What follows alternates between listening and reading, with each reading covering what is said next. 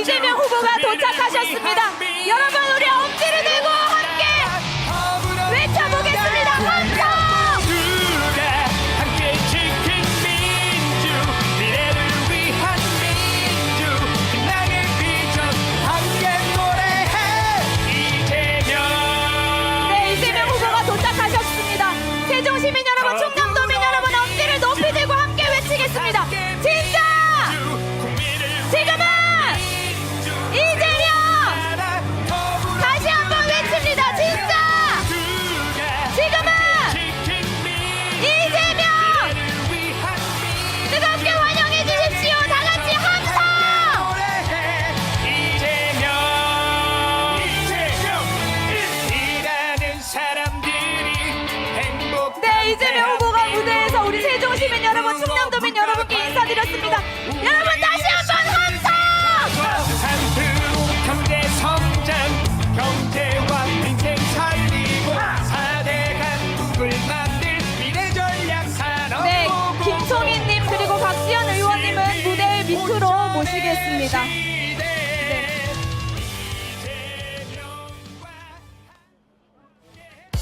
네, 여러분, 행정수도 세종 완성은 김대중 대통령의 꿈이자 노무현 대통령의 꿈입니다. 그 의지 이재명 후보가 이어가겠습니다. 대한민국 진정한 민주공화국의 꿈 이재명 후보가 완성하겠습니다. 여러분, 큰 박수와 함성 부탁드립니다. 대한민국의 모든 권력 국민으로부터 나온다. 한번 외쳐보겠습니다. 여러분, 행정수도 세종의 꿈 완성할 사람 누굽니까? 대한민국의 모든 권력은 국민으로부터 나온다. 내란 종식, 회복과 성장. 네, 행정수도 세종의 꿈을 완성하고 진짜 대한민국 만들 사람 누굽니까? 진짜 대한민국. 기호 1번 이재명. 대한민국은 민주공화국이다. 네, 다시 한번 큰 박수와 함성 부탁드립니다. 대한민국의 모든 권력은 국민으로부터 나온다. 대한민국은 민주공화국이다. 대한민국은 민주공화국이다. 네, 이재명 후보의 연설 듣기 전에 여러분 엄지 높이 들고 다시 한번 외쳐보겠습니다. 준비되셨습니까? 세종시민 여러분, 충남도민 여러분, 준비되셨습니까? 진짜! 지금은 이재명! 네, 이재명 후보의 연설 여러분의 함성으로 청해 듣겠습니다. 세종 시민 여러분 반갑습니다. 이재명입니다.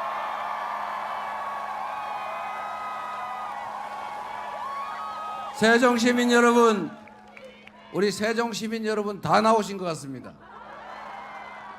저쪽에 더 많이 계신 것 같아요. 반갑습니다. 길 건너편도. 여러분, 이 나라는 국민의 나라 맞습니까? 대통령이든 국회의원이든 시장이든 그가 행사하는 모든 권력, 그들이 사용하는 모든 예산 다 우리가 맡기고 우리가 낸 세금으로 이루어진 것 아닙니까? 그러니 그 권력과 예산은 당연히 우리 국민들의 더 나은 삶을 위하여 이 나라의 더 밝은 미래를 위해 제대로 쓰여져야 하는 것 당연하죠. 그런데 그들이 대체 무슨 짓을 했습니까? 나라를 지키고 국민의 생명과 안전을 지키라고 총 장갑차 맡겨놨더니 권력을 위임했더니 그 권력과 총칼로 국민을 위협하고 국민의 기본권을 빼앗고 국민 주권을 부정하고 영원히 이 나라 권력을 혼자서 독차지하겠다는 이 절대로 용서할 수 없는 비상계엄 내란 행위를 하지 않았습니까? 책임을 물어야죠. 다시는 꿈도 꾸지 못하게 만들어야죠. 여전히 국가기관에 숨어있는 내란 잔존 세력들을 완전히 뿌리 뽑아서 그에 상응하는 엄정한 책임을 반드시 물어야 되지 않겠습니까? 이번 대선이 바로 그 내란을 극복하고 민주주의를 회복하고 이 나라 주인이 국민이라는 사실을 다시 확인하고 증명하는 공간 아닙니까? 그런데 지금 묘한 일이 벌어지고 있지 않습니까? 내란 주요 임무 종사자들은 다 구속돼서 재판을 받고 있는데 내란 수괴는 뻔뻔하게 얼굴 들고 대로를 활보하고 강아지 데리고 산책하고 심지어 김문수 후보 지지합니다. 김문수 당선시켜 주세요. 그게 우리가 살 길입니다. 이런 편지 보내고 있지 않습니까? 말이 됩니까, 여러분? 조금 전에도 보니까 전광훈 목사가 우리 윤석열 내란 수괴가 보낸 편지를 낭독했다고 기사에 떴더군요. 제가 얼른 읽어봤어요. 제가 기가 차서 말이 안 나왔습니다. 이 내란 세력들 때문에 나라를 다시 반듯하게 되돌려 놓자고 우리 대통령 선거 다시 하는 것 아닙니까? 헌법재판소와 법원이 이거 명백한 위헌의 친위 군사 쿠데타 내란이다 판정해서 하고 재판 중이고 헌법재판소는 파면 결정했는데 아직도 김문수 후보 내란 세력 우두머리 윤석열과 단절하겠냐 물어봤는데 아직도 대답을 안 해요. 전광훈 아스팔트 극우 목사와 눈물 흘리면서 슬퍼하면서 애정하시던데 단절할 생각 있냐 물었더니 눈물 흘린 일 없다는 거짓말을 하면서도 단절하겠다는 얘기는 끝까지 안 하고 있습니다. 여러분. 이번 대선에서 김문수 후보가 혹여라도 당선되는 날이면 윤석열 아바타 전광훈의 꼭두각시 김문수가 다시 당선되면 내란 세력의 화려한 귀한 상황 윤석열에 의한 대한민국의 지배가 이루어지지 않겠습니까? 용인할 수 있겠습니까? 막아야지요. 투표는 총알보다 강합니다.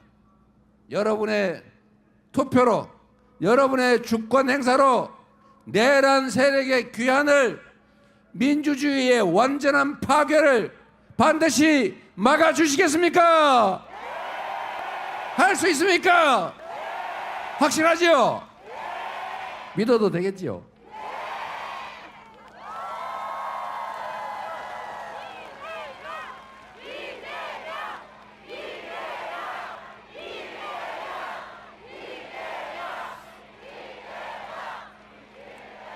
여러분, 그런데 또 해괴한 일이 벌어졌습니다. 제가 여기 세종으로 오는 도중에 기자들이 갑자기 뭘 물어봤어요. 리박스쿨인가 뭐. 여기 학부모님들 많으시죠? 다른 건 모르겠는데 그 리박스쿨이 이승만, 박정희 연구하고 가르치는 곳인데 주로 하는 일이 무슨 생활학교 도굴보험사인가 뭐 그런 자격증 교육시켜서 주겠다고 사람들 모아가지고 댓글 공작하는 법을 가르친 다음에 이재명 나쁜 놈, 김문수 착한 분 이런 기사를 하루 종일 쓰는 걸 가르쳤다는 거 아닙니까? 그리고 그 사람들을 댓글 많이 쓰면 그 무슨 자격증을 줘가지고 그 자격증 받은 사람이 2,400명인데 전국에 돌봄 교실 맡고 있다고 합니다, 여러분. 댓글 쓰는 법 아이들한테 가르치는 거 아닙니까 혹시? 큰일 날 일 아닙니까 여러분? 이게 과연 정권과는 완전히 무관한 특정 개인 그리고 몇 사람의 일탈일 것 같습니까? 저는 그렇게 의심이 됩니다 여러분. 돈도 안 되는 일을 왜 그렇게 열심히 했을까? 거기에는 왜 김문수나 무슨 조정훈 이런 분들 이름이 오르내릴까? 뿌리를 확실하게 다 찾아서 잔뿌리 하나까지 다 뽑아버려야겠죠? 다시는 우리 아이들을 정치에 오염시켜가지고 아이들 정신세계 혼란 오게 허용해서는 안 되겠습니다. 정치도 좋고 네 편, 내 편도 좋지만 왜 남의 귀한 자식들을 그렇게 오염시키려고 하는 것입니까? 사람은 다 우주의 무게를 가진 귀한 존재 아닙니까? 자기들 혼자 좋아서 편 가르고 누구 숭상하고 뭐 댓글 달고 그러다 처벌받고 인생 망치는 거 각자의 선택이니 용기는 하겠지만 왜 남의 귀한 자식을 아직 자기 주관도 뚜렷하게 행성되지 않은 그들에게조차 그런 악영향을 미칩니까? 이것은 민주주의를 파괴하고 인간성을 위협하는 절대로 허용해서는 안 되는 폐악이다. 맞습니까 여러분? 확실히 뿌리 뽑아야 되겠죠? 책임을 물어야 되겠죠? 다시는 이런 일 꿈도 못 꾸게 만들어야 되겠죠? 여러분이 해주시기 바랍니다. 제가 오다 보니까 세종에는 길가에 유난히 어린이들이 많더군요. 이 동네는 침투 안 했기를 바랍니다.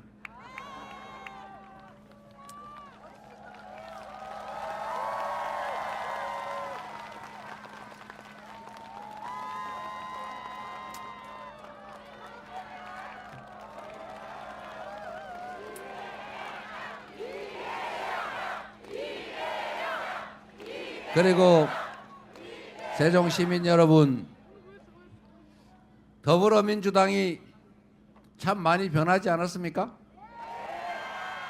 전에는 편갈라 싸우고 당원은 안중에 없고 정치는 국민이 하는 것이라고 하면서도 여의도에서 다 해버리는 그런 시절도 잠시 있었죠. 그러나 이제는 당원이 주인으로서의 실질적 권한을 행사하는 민주 없는 민주당이라는 그런 비난은 완전히 사라져버린 진정한 민주정당, 이기는 유능한 정당, 강한 민주당으로 확실히 거듭났고 지난 총선에서 사상 최대의 승리를 거뒀고 확고한 대한민국의 수권 정당으로 바뀌지 않았습니까 여러분? 제가 이 말씀을 드리는 이유는 우리 더불어민주당의 큰 어른 이해찬 전 대표님의 역할이 너무 커서 제가 감사 겸 하고 했습니다. 여러분 박수 부탁드립니다.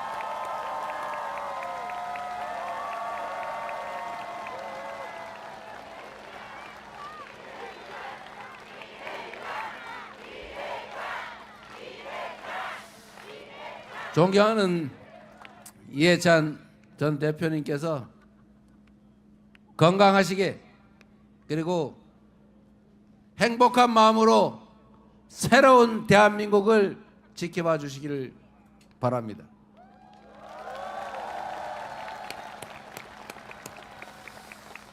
세종 시민 여러분,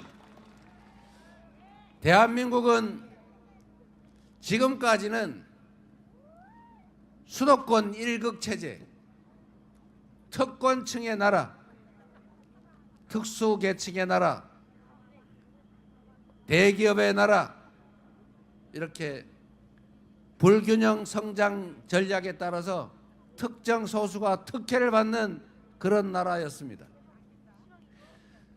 한때는 이 전략이 성공적이어서 우리가 부족한 자원이나 기회를 다 나누면 흩어지니까 대기업 몇 군데, 서울 특정 지역, 대도시 몇 군데, 특정 계층, 잘 배우고 잘난 사람 몇몇에게 특별한 혜택을 주는 이런 방식으로 대한민국이 성장해 왔습니다.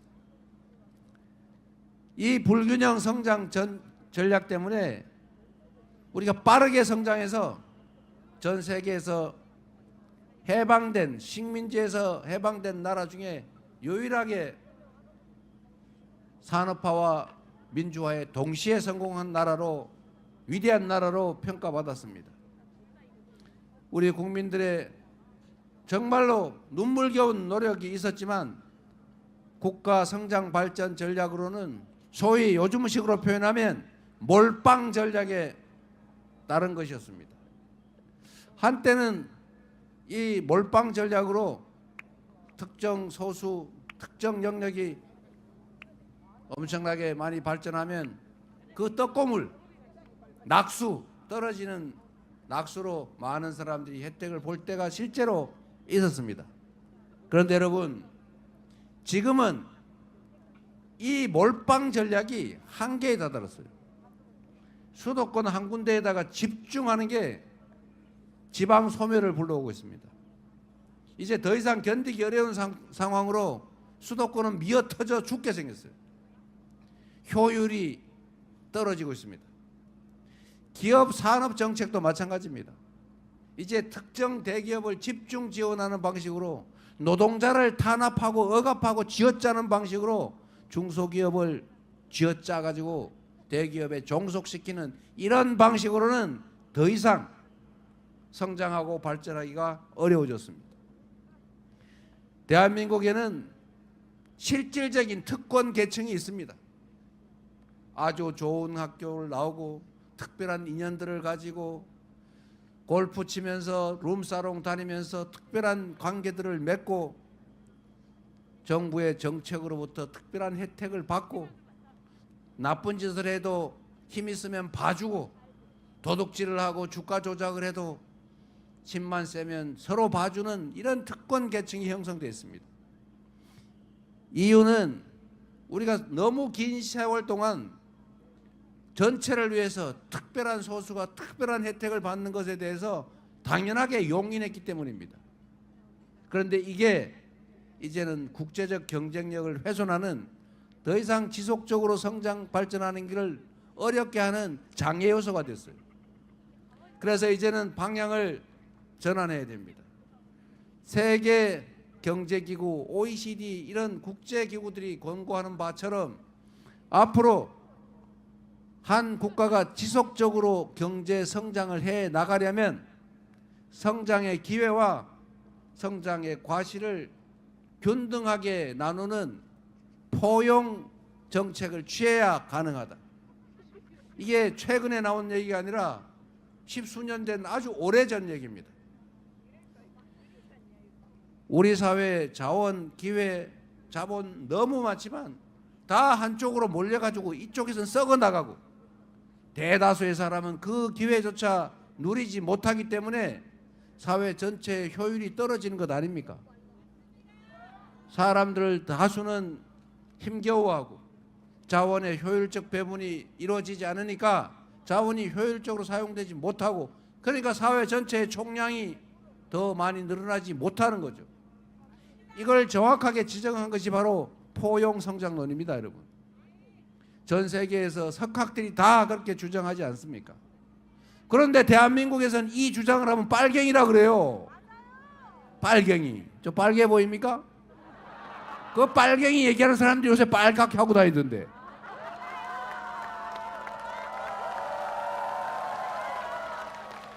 그래서 여러분, 우리의 미래도, 즉 노후도, 우리 자녀들의 인생도, 이 나라의 미래도 좀 개선되려면 기회가 좀 더 늘어나야 될 것 아닙니까? 대통령 임기 한 번 지날 때마다 성장률이 1%씩 떨어지고 있어요. 결국 윤석열 정권을 지나면서 1%대를 넘어서서 0%대로 떨어졌고, 결국은 1분기 경제 성장 마이너스 0.2%, 올해 성장 예정치 0.8%, 드디어 그 꿈의 0%에 도달하고 말았습니다. 여러분, 살 수가 있습니까? 여러분, 다른 나라들은 그런 대로 견뎌내는데 대한민국만 0%를 지나서 이제 마이너스 지하실을 향해서 가고 있어요. 성장하지 않는다는 것은 기회가 줄어든다는 뜻입니다. 기회가 줄어든다는 것은 경쟁이 격화된다는 것이고, 경쟁이 격화되면 사회적 약자들의 삶이 힘들어집니다. 청년 세대가 힘들어지죠. 기회가 적어지니 경쟁이 격화되고, 경쟁이 전쟁이 되고, 결국은 이 잘 사귀어야 될 청춘 남녀들이 남녀로 편을 갈라가지고 싸움질하지 않습니까? 정치가 오히려 그걸 자극하고 선동하지 않습니까? 이 잘못된 정치에, 이 기회 부족에, 이 정말로 어려운 상황이 우리 국민들을 남녀로, 노소로, 색깔로, 지역으로 찢어 발기고 있어요. 서로 손잡고 더 나은 세상을 향해서 힘을 합치고 함께 가야 되지 않습니까? 그러려면 다시 성장해야 되지 않습니까? 성장을 하려면 불경기에는 정부가 역할을 해야 되지 않습니까? 부자들 세금 깎아줘 놓고 재정이 부족하니까 재정 지원 못하겠다, 이렇게 하면 경제가 죽지 살겠습니까? 이런 3년의 세월을 살았더니 마지막에 결국 하는 짓이, 나는 자유라는 이름으로 시장이 알아서 각자 도생할 거라고 믿는다. 나는 술이라도 먹고 좀 편하게 살아야 되겠는데 우리 가족, 내가 한 일에 대해서 뭘 그리 특검 잡고 하자 그러냐? 앞으로 당신들은 필요 없다. 내가 이 나라 모든 권력을 혼자 독차지하고 영구적으로 그 권력 누릴 테니 너희들은 다 사라져라. 잘 안 사라져지는 이재명, 우원식, 정청래 이런 선수들은 잡아가지고 연평도 가는 배에 태워가지고 폭사시켜서 수장시켜버리자. 이런 게 바로 이번 내란 친위 군사 쿠데타 아닙니까 여러분? 이걸 이겨내야죠. 다시 불균형 성장 정책에서 이제 서구 선진국들처럼 합리적인 사회로 공정한 성장의 기회를 누리고 기여한 만큼의 몫이 정당하게 보장되는 그런 균형 성장 정책으로 되돌아가야 하지 않겠습니까? 그러면 답은 나온 거죠.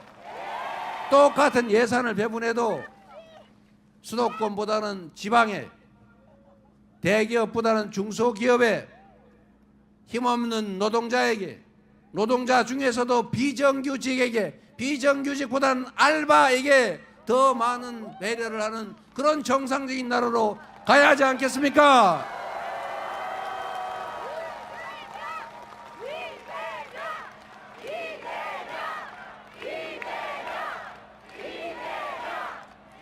그래서 세종으로, 충청으로, 또 저 먼 지방으로 공공기관도 더 옮기고, 국가기관들도 부처들도 빨리빨리 옮기고, 가능하면 신속하게 국회 본회의장도 지어서 옮겨오고, 헌법을 바꾸는 국민적 합의를 거쳐서 대통령실도 옮겨오고, 그래서 균형적인 그런 세상을 만들어야 되지 않겠습니까?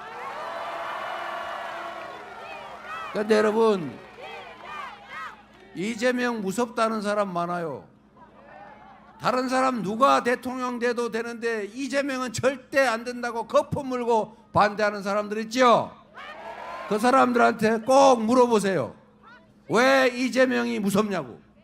나쁜 짓 하지 않았으면 무서워할 필요 없다, 이렇게 얘기해 주시기 바랍니다. 지금까지 특권적 위치에서 특권, 특혜를 누려온 게 아니라면 정상적인 사회로 우리가 바꾸겠다는 이재명을 왜 무서워하냐? 오히려 반기고 즐거워해야 되지 않겠냐 이렇게 말해주지 않겠습니까?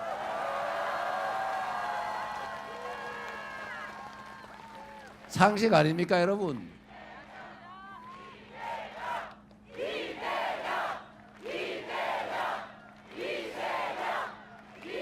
그들의 이재명을 두려워하는 이유는 명확하지요. 이재명은 이 사회 기득권자들 속에 있지 않았지 않습니까? 주류에 속하지 못했지요. 성남시장이 돼서 정부와 싸우고 그래서 엄청나게 그때도 매일 거의 매일 압수수색, 수사, 내사, 조사, 감사. 그러나 그때 당시에는 없는 사건을 만들지는 않더군요. 그러나 그 후에도 계속 거의 매일 수사, 감사, 압수수색, 조사 하더니 털다 없으니까 아예 없는 걸 만들어 가지고 조작해서 기소해서 여기저기 그것도 찢어서 기소해놓고는 맨날 재판 받으러 다니라고 괴로우라고 변호사 비용 많이 내라고 그렇게 괴롭혔지만 우리는 그래도 죽지 않는다. 여러분 덕에 살아있지 않습니까 여러분?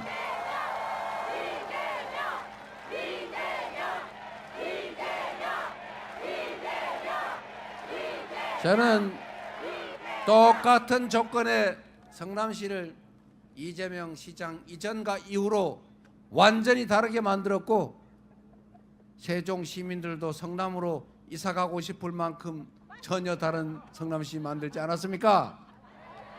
말을 안 해서 그렇지 성남시로 가고 싶었던 분 많잖아요. 똑같은 조건에서 경기도가 전국 1위의 평가를 받도록 만들었지 않습니까? 민주당을 약속한 대로 이기는 유능한 강한 민주정당으로 만들어냈지 않습니까? 이재명에게 기회를 주시면 검증된 실적으로 증명한 그 유능함과 국민에 대한 국가에 대한 충직함으로 지금의 대한민국과는 완전히 다른 새로운 대한민국 국민의 나라 진정한 민주공화국 진짜 대한민국을 확실히 만들어 놓겠습니다 여러분.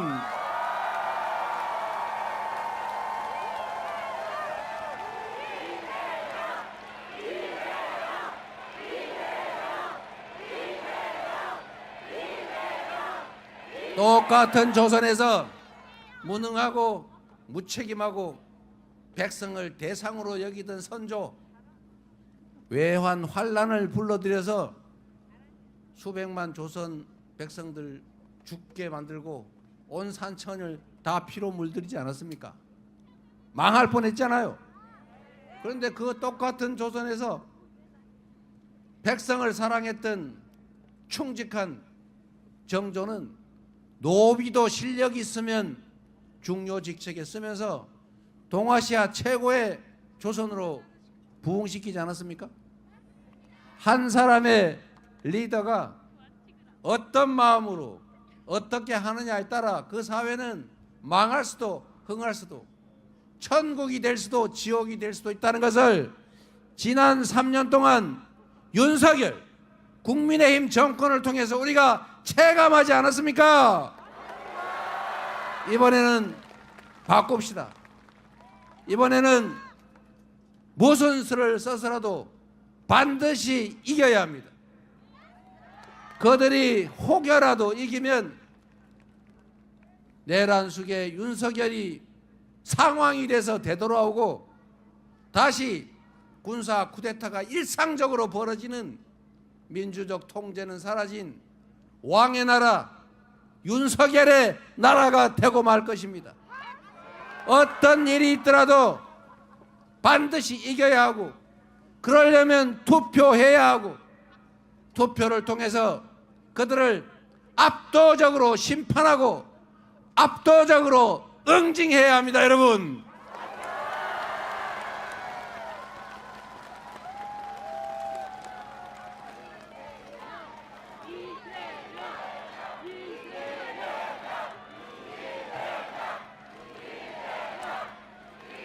여러분, 마지막으로 우리가 다짐을 하면서 저의 다짐도 말씀드리겠습니다. 우리 대한민국 국민들은 역사적으로 기득권자들이 만든 그 온갖 위기들을 공리적인 사고로, 이기적이지 않은 이타적인 사고로 행동을 통해서 이겨내왔습니다. 지금 우리가 처한 이 위기도 국민들이 작은 차이를 넘어서서 서로 존재를 인정하고 협력하면 지금의 이 위기 정도는 가뿐하게 이겨내고, 오히려 비온 뒤에 땅이 굳어진다고 회복을 넘어서서 지속적으로 성장하고 발전하고, 그리고 전 세계인이 선망하는 선도적인 대한민국으로 저는 만들 수 있다고 생각합니다. 국민들은, 여러분은 이미 준비되어 있습니다. 이 정치만 정신 차리면 됩니다. 정치인들이 국민들을 편을 갈라가지고 자기들끼리 편 갈라 싸우는 건 정치의 본질이니 어쩔 수 없지만, 왜 국민들한테 빨간 옷 입히고 파란 옷 입히고 청년 노인 갈라서 편 갈라 싸우게 합니까? 왜 증오하고 혐오하게 만듭니까? 왜 서로 죽이려고 칼질하게 만듭니까? 정치인들이 입장에 따라서 다툴 수 있지요. 그러나 그 다툼은 과거를 파고 잘못을 지적하고 대안을 내는 것도 아니고, 조작해서 음해하고 진흙탕 만들어서 정치를 혐오하게 하는 이런 방식으로는 절대로 가서는 안 됩니다. 정치는 편을 갈라서 싸우되 국민까지 편 가르게 하면 안 되는 것이고, 국민들이 심판처럼 쳐다보는 그 와중에 나는 이렇게 할 거야, 나는 이렇게 했어, 앞으로 이런 방법을 통해서 이런 더 나은 세상을 만들 거야 라고 하는 것을 경쟁해야죠.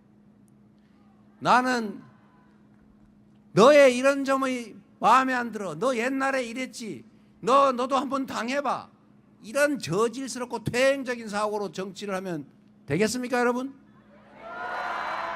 그래서 국민 여러분의 역할이 중요합니다. 정치인들이 편을 갈라 싸우는 것은 당연한 일이니, 다만 왜 싸우나, 싸우는 방법이 정당하냐, 사익을 목적으로 한 것이냐, 국민과 국가를 위한 것이냐, 반칙하지 않냐, 주장에 거짓말은 없는가, 상대방 주장을 침소 봉대하고 조작 왜곡해서 음해하고 괜히 잘 되자고 싸우는 게 아니라 망하자고 싸우는 그런 집단이 있는지를 꼭 가려봐 주시기 바랍니다.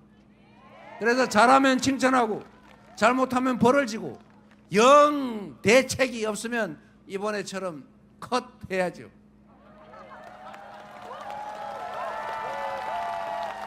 지금 정치는, 우리는 최소한 그러려고 하지 않습니다. 우리는 그들이 그렇게 하더라도 전 국민이 지켜보는 토론에서 뭐 별로 중요하지도 않은 옛날에 이런 사소한 이야기들 가지고 그 아까운 시간을 보내느니 저희라고 그들이 흠이 없어서 말하지 않았겠습니까? 우리가 지금 말하지 않아도 엄청 많잖아요. 그러나 우리는 그런 거 거기서 따지지 않습니다. 그들이 낮은 길로 저급하게 가더라도 우리는 품격 있게 높은 길로 가자.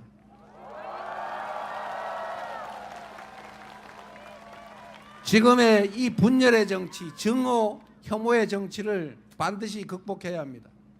지금은 편을 갈라서 이쪽 편 기반을 두고 권력을 장악하면 이쪽 편만 챙기고 이쪽 편은 버려요. 동창회장도 이렇게 하면 동창회가 깨집니다, 여러분. 대통령의 대통이란 큰 통치자 이런 게 아니고 국민을 크게 통합하는 우두머리 대통령 아니겠습니까?